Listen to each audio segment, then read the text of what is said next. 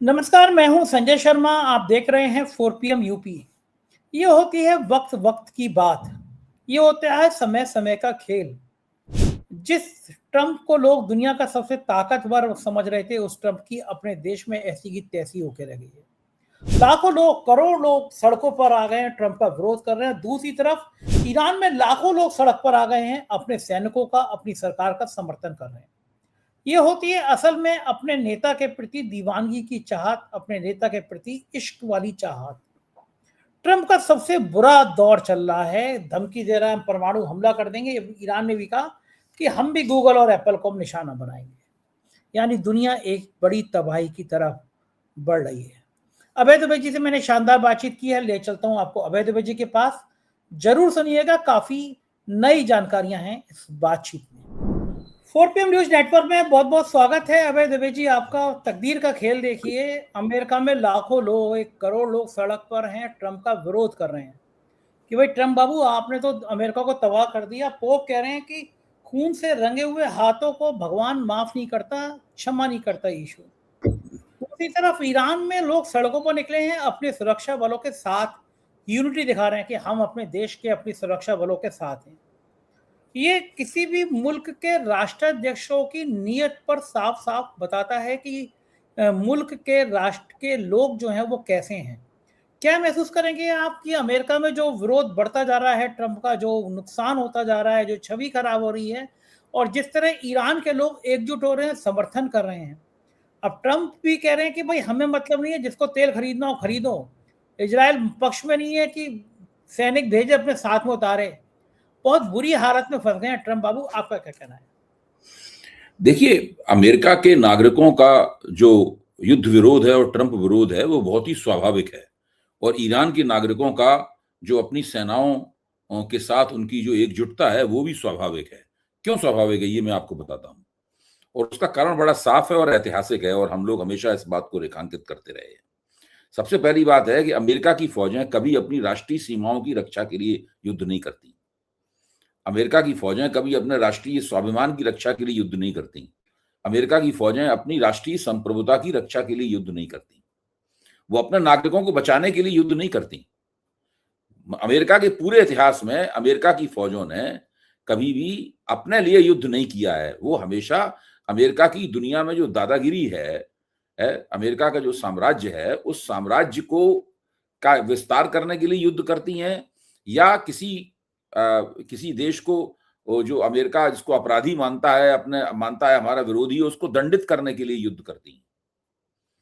अब मैं आपको बताता हूं, वियतनाम में जब 60 के दशक में अमेरिका जो है युद्ध के अंदर कूदा था वियतनाम में, तो अमेरिका ने, जैसे अभी ईरान में उसने अपने एम्फीबियस पोत त्रिपोली और बॉक्सर पे कुछ हजार मैरीन बैठा के भेजे हैं, उसी तरीके से 4 या 5 हजार मैरीन पहले केवल वियतनाम में उतारे थे। धीरे धीरे क्या हुआ, वो संख्या बढ़ती चली गई, और एक ऐसा वक्त आया जब 10 लाख अमेरिकी सैनिक वियतनाम में लड़ रहे थे। यानी उस युद्ध में भी शुरुआत कहां से की थी अमेरिका ने? केवल 4 या 5 हजार ऐसी एम्फीबियस पोत पे बैठकर गए थे पानी के रास्ते, और वियतनाम की धरती पर उतर गए थे कोई ऑपरेशन करने के लिए, और लड़ाई को एक निर्णायक मोड़ देंगे इस दावे के साथ गए थे। फिर अमेरिका उस युद्ध में फंसता चला गया। फिर एक वक्त ऐसा आया, 10 लाख सैनिक अमेरिका में लड़ रहे थे, 60 हजार से ज्यादा अमेरिकी सैनिक उस युद्ध में मारे गए। और अमेरिका को, और जीत किनकी हुई? जीत अमेरिका से बहुत ज्यादा कमजोर, हथियारों में बहुत ज्यादा कमजोर, टेक्नोलॉजी में बहुत ज्यादा कमजोर, संख्या की दृष्टि से बहुत ज्यादा कमजोर वियतनाम गुरिल्लों की जीत हुई। कम्युनिस्ट पार्टी के नेतृत्व में वहां पर जो गुरिल्ला वारफेयर हुआ, उसने अमेरिका की बहुत ही विशालकाय सेना को हरा दिया। अमेरिका वहां से सिर झुकाकर, अपमान के घूंट पीकर बहुत से साल लड़कर वापस आया। उस वक्त मीडिया का साइज इतना नहीं था, हम सब लोग बहुत छोटे छोटे थे, अखबार पढ़ना सीख रहे थे दरअसल। तो मैं तो 1969 में 1969 में 9वीं क्लास में पढ़ता, 9वीं कक्षा में पढ़ता था। तो मैं ये कहना ये चाहता हूं कि अमेरिका के साथ ये पहले भी हो चुका है, और उस वियतनाम युद्ध के खिलाफ अमेरिका की सड़कों पर इसी तरह लोग उमड़े थे जिस तरीके से आज ईरान युद्ध के खिलाफ उमड़े। जिस तरीके से यूरोप में अमेरिका विरोधी प्रदर्शन हुए थे, उसी तरह ईरान युद्ध विरोधी प्रदर्शन भी यूरोप में हुए थे। उस दिनों भारत में भी अमेरिका विरोधी प्रदर्शन हुए थे वियतनाम युद्ध के सवाल के ऊपर। तो अमेरिका की जनता आमतौर पर यह मान के चलती है कि अमेरिकी शासक जो तमाम अपने सैनिकों को युद्ध में भेजते हैं, वो दरअसल अमेरिका की रक्षा के लिए नहीं भेजते, इनकी अपनी साम्राज्यवादी सनकें हैं, जिन्हें पूरा करने के लिए साम्राज्यवादी इरादे हैं, लक्ष्य होते हैं, उनको पूरा करने के लिए भेजते हैं। इसीलिए अमेरिका में गुस्से से आवाज उठ रही है कि डोनाल्ड ट्रंप को चाहिए कि अपने बेटे को युद्ध में भेजें।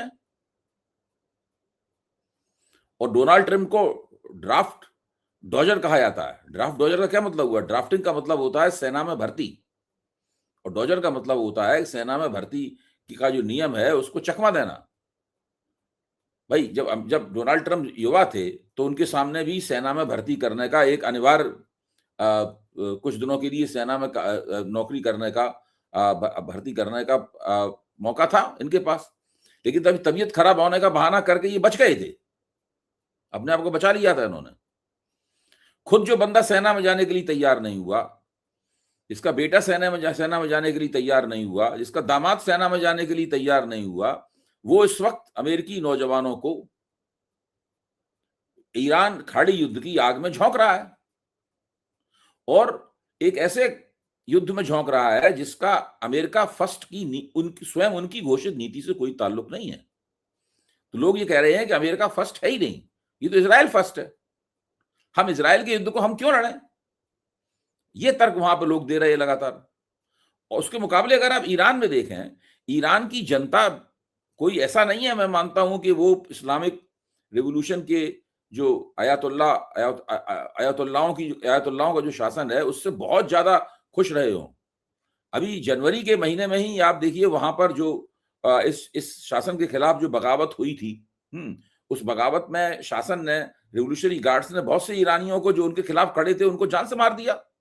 उनकी संख्या हजारों में है, ये बात हकीकत है, बिल्कुल हम सब लोग इस बात को मानते हैं। मैंने इसके ऊपर वीडियो भी बनाया है, मैं भी मानता हूं आयतुल्लाहों का शासन उस वक्त इतना कोई खास ईरान में लोकप्रिय नहीं था। इससे ट्रंप को मुगालता हुआ कि अगर वो शीर्ष नेतृत्व को मार देगा तो इस शासन के खिलाफ एक विद्रोह हो जाएगा, क्योंकि पहले से ही ये शासन वहां पर जो आंदोलन को कुचल रहा था, सत्ता बदलने के आंदोलन को कुचल रहा था। लेकिन वो ट्रंप ये भूल गए कि वो लोग आयतुल्लाहों के शासन को हटाने के लिए ईरान के अंदर से अगर कोई आवाज उठे वो एक अलग चीज है, ईरान के अंदर से कोई आंदोलन उठे वो एक अलग चीज है। बाहर से आप इस तरीके से हमला करेंगे तो वो उसको कोई बर्दाश्त नहीं करेगा। वही हुआ, जो अयातुल्ला अलोकप्रिय थे वो आज ईरान की सारी जनता उनके पीछे खड़ी हुई है। जिन रेवोल्यूशनरी गार्ड्स को दमनकारी माना जाता था और उत्पीड़क माना जाता था, आज वो हीरो बने हुए हैं, उनके पीछे लोग खड़े हुए हैं वहां। तो बिल्कुल उल्टा हो गया सब कुछ। आप देखिए जबकि ट्रेड टावर के ऊपर 9/11 हुआ था, जब आतंकवादियों ने अपने जहाज जो है ट्रेड टावर में टकरा कर तोड़ दिए थे, उस वक्त जब अमेरिकी राष्ट्रपति ने सारी दुनिया से अपील की थी समर्थन की, तो सारी दुनिया उनके समर्थन में आई थी। पूरा यूरोप और भारत जैसे देश और तमाम देश जो है वो अमेरिका के पक्ष में खड़े हुए थे। तो सबको लगा था कि ये जो आतंकवादी हमला हुआ है, ये हमला ठीक नहीं है, इसका विरोध किया जाना चाहिए। आज अमेरिका के साथ कौन है? कोई भी अमेरिका के साथ नहीं है। नाटो के वो देश भी अमेरिका के साथ नहीं है जो कि द्वितीय विश्व युद्ध के बाद हमेशा से अमेरिका के साथ रहे हैं। इसलिए अब ट्रंप को उन्हें भी धमकाना पड़ रहा है। ट्रंप कह रहे हैं फ्रांस से अमेरिका याद रखेगा कि फ्रांस ने हमारी मदद नहीं की। ब्रिटेन से कह रहे हैं कि अमेरिका याद रखेगा कि ब्रिटेन ने हमारी मदद नहीं की। स्पेन से कह रहा है कि आपने तो अपना जो एयर स्पेस है वो भी हमारे लिए बंद कर दिया, हमारे जहाज भी नहीं आपके एयर स्पेस से स्पेन से गुजर सकते। इसलिए आप अपनी लड़ाई खुद लड़िए। आपको अगर तेल और गैस चाहिए तो जाइए होर्मुज को जाकर खुलवा लीजिए, हमें कोई मतलब नहीं है, और अपना तेल और गैस मंगा लीजिए। हम आपके लिए लड़ने के लिए वहां नहीं जाएंगे। ये सब बहुत खिसियाए हुए हैं, बहुत चिड़े हुए हैं, बहुत नाराज हैं। अब तो वो बिल्कुल और वो उन्होंने साफ कह दिया है, उनके लोगों ने साफ कह दिया है कि इस युद्ध के बाद जब युद्ध का ये मामला सेटल हो जाएगा, ये सब मामला खत्म हो जाएगा, निपट जाएगा, तब फिर राष्ट्रपति जो है वो नाटो देशों से निपटेंगे। नाटो का क्या किया जाए, ये सब करेंगे, क्योंकि NATO North Atlantic Treaty Organization NATO जो है वो मुख्य तौर पर अमेरिका की मदद और अमेरिकी फौज की दम पे चलता है। अगर अमेरिका उसमें से अपना हाथ पीछे खींच लेगा तो नाटो खत्म हो जाएगा। फिर पश्चिमी यूरोप को अपनी फौजी सुरक्षा के लिए कोई और बंदोबस्त करना पड़ेगा, जिसमें उन्हें मुश्किल होगी, निश्चित रूप से मुश्किल होगी, क्योंकि द्वितीय विश्व युद्ध के बाद में वो हमेशा नाटो के ऊपर निर्भर रहे हैं। तो ऐसी परिस्थिति बन गई है। ऐसे बुरे समय में, ऐसी बुरी रणनीति से, ऐसे गलत पूर्वानुमान के साथ में और सत्ता के और ताकत के मद में चूर होकर डोनाल्ड ट्रंप ने ईरान के ऊपर हमला किया। उन्हें सपने में भी अंदाजा नहीं था कि उनकी बिछाई हुई बिसात का हर मोहरा नाकाम हो जाएगा, कोई भी उनके पक्ष में नहीं जाएगा, सब चीज पलट गई। जिस तेल पे वो कब्जा करने गए थे वो तेल आज भी ईरान के पास है, और ईरान को उन्हें छूट देनी पड़ रही है कि वो तेल अपना ईरान दूसरों को बेचे। ईरान दूनी कीमत पे बेच रहा है उस तेल। जो होर्मुज जलडमरू मध्य पर अमेरिका सोचता था कि ईरान पे अगर कब्जा कर लिया उसने तो होर्मुज जलडमरू मध्य को पूरी तरीके से नियंत्रित कर सकेगा, वहां पर ईरान ने अपना टोल बूथ बना दिया है। और जो कोई तेल और गैस को छोड़ के अगर और कोई कार्गो वहां से निकलता है तो ईरान कहता है कि हमारे अकाउंट में इतने रियाल डाल दो। तो ऐसा सुनने में आ रहा है कि एक साल के अंदर 22 लाख डॉलर, कितना और भी ज्यादा शायद, मैं ठीक से याद नहीं आ रहा है वो संख्या, आज तो मैंने देखी थी संख्या, मतलब लाखों डॉलर जो है वो ईरान कमाएगा अब जलडमरू मध्य की अपना टोल बना के। और किसी के पास कोई जरिया नहीं है ईरान को इस काम से रोकने का। तो कहा जाता है कि नाक क्या कटी मुंह बन गया। ये युद्ध क्या हुआ, ईरान की बल्ले बल्ले हो गई। और अमेरिका की जो हेकड़ी थी, अमेरिका की दादागिरी थी, मैं तुम्हें ठीक कर दूंगा, वो सब खत्म हो गई। अब ये लोकप्रियता की अगर हम थोड़ी देर बात करें, ईरान की जनता सड़कों पर आ गई अपने सैनिक शासन के समर्थन में, सैनिकों के समर्थन में, और अमेरिका की जनता अपने राष्ट्राध्यक्ष के खिलाफ सड़कों पर आ गई। तो ये जनता का जो तापमान है, जनता का मूड है, दोनों देशों का जो अलग अलग है, ये क्या संकेत देता है? ये संकेत देता है कि डोनाल्ड ट्रंप की राजनीति संभवतः अपने आखिरी दौर में जा रही है, क्योंकि अभी चल रहा है मार्च का महीना, आज खत्म हो गया, कल अप्रैल का महीना शुरू हो जाएगा। अप्रैल, मई, जून, जुलाई, अगस्त, सितंबर, अक्टूबर, नवंबर, यानी आज से कल से 8वें महीने में अमेरिका में मध्यावधि चुनाव होंगे, नवंबर के महीने में। और मध्यावधि चुनाव में अगर इसी तरह ट्रंप विरोधी मूड रहा जनता का, तो ट्रंप बुरी तरीके से वो मध्यावधि चुनाव में हार जाएंगे। और मध्यावधि चुनाव में उनके हारने का नतीजा ये होगा कि वो एक अधिकारहीन लेम डक राष्ट्रपति हो जाएंगे। इसके बारे में हम लोग कई बार चर्चा कर चुके हैं। और फिर उन्होंने जो किया है, जिस तरीके से अमेरिका को एक अनावश्यक युद्ध में झोंका है और टैरिफ लगा के, और उन्होंने जिस तरह कानून की अवमानना की थी, उसको सुप्रीम कोर्ट ने उनके टैरिफ को उठा के कूड़ेदान में फेंक दिया, और भी न जाने क्या क्या किया है उन्होंने, वो सब रिकॉर्ड में दर्ज है। और इनको उन्हीं अभियोगों के आधार पर इनके ऊपर महाभियोग चलाया जाएगा, इनको इम्पीच कर दिया जाएगा। निक्सन के बाद ये इम्पीच किए हुए दूसरे राष्ट्रपति होंगे। निक्सन से पहले भी इम्पीचमेंट हुए हैं, लेकिन वाटरगेट कांड में निक्सन को इम्पीच किया गया था, और अब ये यहाँ पे इम्पीच किए जाएंगे, इन पे महाभियोग चलाया जाएगा। और जब महाभियोग उनके ऊपर चलेगा और वो महाभियोग अगर कामयाब हुआ तो डोनाल्ड ट्रंप की राजनीति खत्म पूरी तरीके से। और मेरा तो मानना है कि जितने आरोप उनके ऊपर हैं, जिस तरह अदालतें उनको देखती हैं, इस तरह उन्होंने तमाम सारी गलत अदालतों में बातें कहकर अपने लिए गड्ढा खोदा है, डोनाल्ड ट्रंप के बुढ़ापे का एक बड़ा हिस्सा जेल में गुजर सकता है। ये आपकी बात सुनने में होंगे ट्रंप साहब, तो उनका तापमान बढ़ जाएगा कि बुढ़ापे का बड़ा हिस्सा। ये तो खुद ही कह चुके हैं मुझे इम्पीच कर दिया जाएगा। ये तो खुद ही कह चुके हैं कि अगर मुझे इम्पीच कर दिया जाएगा तो उनके लिए इसीलिए संजय जी, इस युद्ध में उन्हें कुछ बताना जरूरी है कि हमने ये युद्ध में इतने लोगों को भेजा, इतने रुपए खर्च किए, इतने डॉलर खर्च किए, बिलियंस ऑफ डॉलर खर्च किए, तो हमने कुछ हासिल किया है, इसीलिए छटपड़ा रहे। और ईरान है ना, ये भी कुछ भी हासिल करने का दावा करने की गुंजाइश नहीं देना चाहता। हासिल करने के नाम पे तो तबाही है, इतने जहाज गिर गए, इतनी महंगाई बढ़ गई, इतना हाहाकार मच गया। अमेरिका ने सोचा नहीं था कि ईरान जैसा देश उनकी ऐसी बैंड बजाएगा।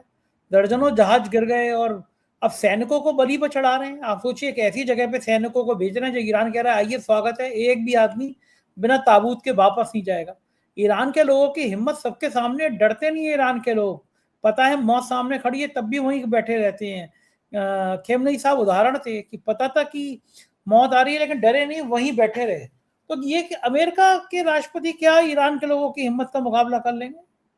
नहीं नहीं, कोई सवाल ही नहीं। अमेरिका तो एक मैंने कभी अमेरिका को बहुत हिम्मती और बहादुर देश नहीं माना।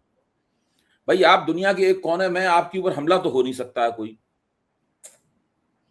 आप ही, आपकी सेना ही दूसरे देशों के ऊपर हमला करती रहती है। दुनिया का अकेला ऐसा देश है जो कि आतताई देश है, जिसे किसी हमले का सामना नहीं करना पड़ा, जो हमेशा हमले करता है। ये अमेरिका का मामला जो है बहुत ही विकट है। ये अजीब तरह का साम्राज्यवाद है, ऐसा साम्राज्यवाद कभी हुआ नहीं। तो इनका और इस चीज से अमेरिका के आम लोग भी काफी चिढ़ते हैं। उन लोगों को भी इससे काफी परेशानी होती है। कोई बहुत सहमत और खुश नहीं होते हैं इस बात से। एक कहावत कही जाती है कि अमेरिका में अगर पेट्रोल, हैमबर्गर और कॉफी, 3 चीजें महंगी हो जाएं तो अमेरिकी बहुत नाराज हो जाते हैं। तो इस वक्त स्थिति यह है कि अमेरिका में महंगाई बढ़ रही है, पेट्रोल की कीमतें भी बढ़ रही हैं अमेरिका में, और बाकी चीज, एक मुहावरा है कि बाकी सामान्य चीजें हैं जो जिनका वायदा करके ट्रंप आए थे कि वो सस्ता कर देंगे, अंडे सस्ता कर देंगे और दूसरी खाने पीने की चीजें सस्ती हो जाएंगी उनके आने में, कुछ भी सस्ता नहीं हुआ और युद्ध के कारण और महंगा हो रहा है। तो लोग ट्रंप के खिलाफ काफी नाराजगी है। अगर ट्रंप की जो बैंड बज रही है इससे भारत के रिश्तों पे क्या असर पड़ेगा? क्या बाकी लोग खुश होंगे या दुखी होंगे? मुझे तो लगता है ये है कि ट्रंप अगर नवंबर में चुनाव हार जाएं तो मोदी सरकार और मोदी सरकार के समर्थक, वो लोग राहत की सांस लेंगे। दरअसल पूरी दुनिया ही राहत की सांस लेगी कि ट्रंप ने भारत सरकार को, मोदी जी को भी बहुत अपमानित किया है। फिर नया राष्ट्रपति बनेगा, नया राष्ट्रपति नए सिरे से सारे संबंधों पर निगाह डालेगा, उसके साथ नए तरह से संबंध बनाने पड़ेंगे। हाँ, मोदी जी का ये अपराध हमेशा रहेगा कि इन्होंने ट्रंप के ऊपर बहुत विश्वास किया, ट्रंप को अपना दोस्त कहा और ट्रंप का चुनाव प्रचार करने तक वहां पे गए। अब की बार ट्रंप सरकार का नारा लगाया और बहुत ज्यादा इस बात की उम्मीद करते रहे कि ट्रंप के जरिए उन्हें कुछ मिल जाएगा अंतर्राष्ट्रीय संबंधों में। मोदी को कुछ नहीं मिला, मोदी को सिर्फ उन अपमान मिला और ट्रंप ने भारत के लिए आर्थिक दिक्कतें भी खड़ी की। ठीक बात है कि ये चीजें बहुत विकट होंगी, लेकिन दूसरी तरफ अमेरिका धमकी दे रहा है कि वो ईरान पर परमाणु हमला कर देगा, परमाणु बम गिरा देगा। क्या लगता है ये केवल हवाई बातें? तो नहीं की है, स्पष्ट रूप से इस तरह धमकी नहीं दी है, लेकिन उसने जो धमकी दी है उसका मतलब ये निकाला जा सकता है कि अमेरिका इस सीमा तक जा सकता है। संयुक्त राष्ट्र के एक अधिकारी हैं, उन्होंने भी कहा है कि अमेरिका ईरान के ऊपर एटम बम डालने की योजना बना रहा है, और ये कह के उन्होंने संयुक्त राष्ट्र में अपना जो पद है वो छोड़ दिया, और उसके बाद वो इतना कहने के बाद में वो संयुक्त राष्ट्र से चले गए।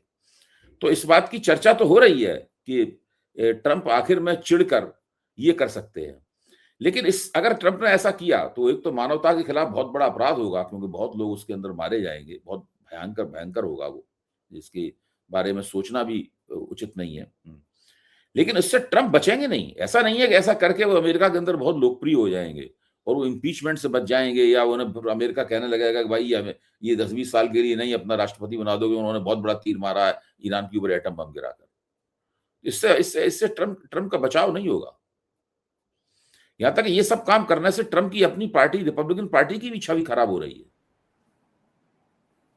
अच्छा भाई जी, हर दूसरे तीसरे दिन जो है ये धमकी की अगर अब भी बाज नहीं आए तो बहुत बड़ा हम हमला करेंगे, तुम्हें नेस्तनाबूद कर देंगे। अरे करना तो करो ना। ये एक मनोवैज्ञानिक खेल खेला जा रहा है और दुनिया के सामने ये बताया जा रहा है कि ये मानना गलत है। आज देखिए, अमेरिकी भारतीयों का एक प्रतिनिधि, अमेरिका में रहने वाले भारतवंशियों का एक प्रतिनिधि, उसने एसोसिएशन बना रखी है, यहाँ टीवी चैनलों में पेश किया जाता है उसको।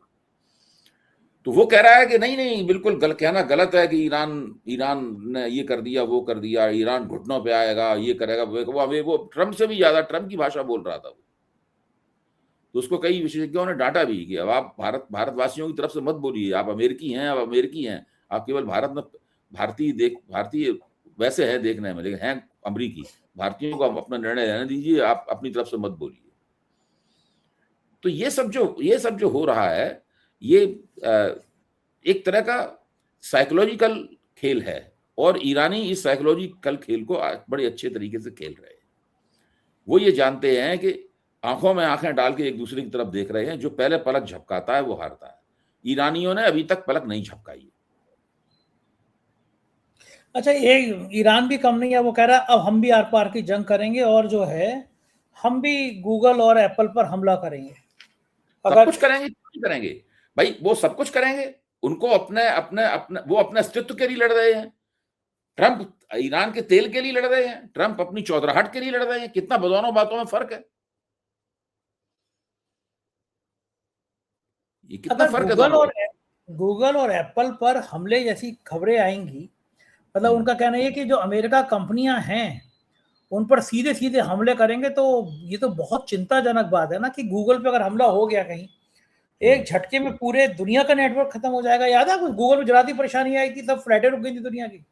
नहीं, सारी परेशानियां होंगी। ईरान का मानना यह है कि हम दिक्कत में रहे, हमारे लोग मारे जाएं, हमारे ऊपर बम बरसें, हमारे ऊपर मिसाइलें गिरें, हमारे ऊपर प्रतिबंध लगें, और सारी दुनिया मौज करे, ये नहीं हो सकता।